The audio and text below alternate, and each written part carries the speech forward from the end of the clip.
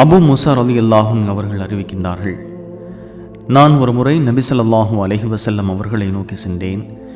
என்னுடன் என் அஷரி குலத்தை சார்ந்த இருவரும் இருந்தனர். அவர்களில் ஒருவர் என் வலப்பக்கத்திலும் இன்னொருவர் என் இடப்பக்கத்திலும் இருந்தார். அப்போது இறை தூதர் ஸல்லல்லாஹு அலைஹி வஸல்லம் அவர்கள் பல் துலக்கி கொண்டிருந்தார்கள். என்னுடன் வந்த அவ்விருவரும் நபி ஸல்லல்லாஹு அலைஹி வஸல்லம் அவர்களிடத்தில் ஏதேனும் அரசாங்க பதவி அளிக்குமாறு கோரினர். அப்போது நபி ஸல்லல்லாஹு அலைஹி வஸல்லம் அவர்கள், அபு மூசாவே அல்லது அப்துல்லாஹ் இப்னு கைஸே என்றார்கள்.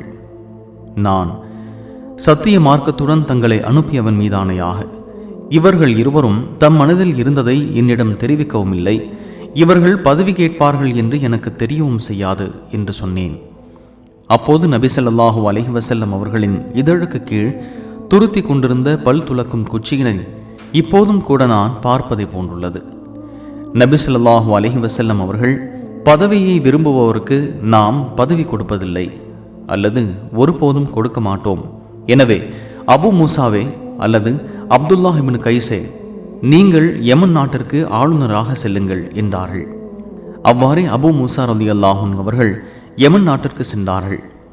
பிறகு அபு மூசா அவர்களை பின்தொடர்ந்து முஆத் இப்னு ஜபல் ரலியல்லாஹு அன்ஹு அவர்களை யமன் நாட்டுக்கு நபி அவர்கள் அனுப்பி வைத்தார்கள்.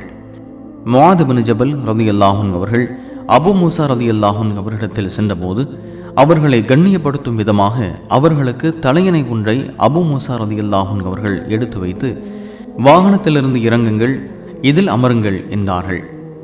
அப்போது அபு மூசா ரலியல்லாஹு அன்ஹு அவர்களின் அருகில் ஒருவர் கட்டப்பட்டிருந்ததை கண்டு, இவர் யார் என்று முஆத் ரலியல்லாஹு அன்ஹு அவர்கள் கேட்டார்கள்.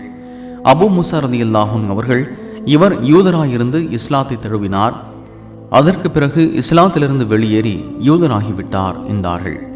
மீண்டும் அபு மூசா ரலியல்லாஹு அன்ஹு அவர்கள் முஆத் ரலியல்லாஹு அன்ஹு அவர்களிடத்தில் அமருங்கள் என்று கூறினார்கள். அதற்கு முஆத் ரலியல்லாஹு அன்ஹு அவர்கள், இல்லை, அல்லாஹ்வுடையவும் அவனுடைய தூதருடையவும் தீர்ப்புப்படி இவருக்கு மரண தண்டனை அளிக்கப்படாத வரை நான் அமரமாட்டேன் என்று 3 முறை சொன்னார்கள். எனவே அவருக்கு மரண தண்டனை அளிக்கும்படி அபு மூசா ரலியல்லாஹு அன்ஹு அவர்கள் உத்தரவிட அவ்வாறே அவர் கொல்லப்பட்டார். பிறகு அவர்கள் இருவரும் இரவில் நின்று வணங்குவதை குறித்து பேசிக்கொண்டார்கள்.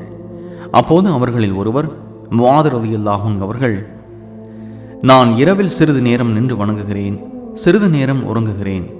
நின்று வணங்குவதற்கு நான் பிரதிபலனை எதிர்பார்ப்பதை போன்றே என் உறக்கத்திற்கும் நான் பிரதிபலனை எதிர்பார்க்கின்றேன் என்றார்கள். சஹீஹுல் புகாரி 6923.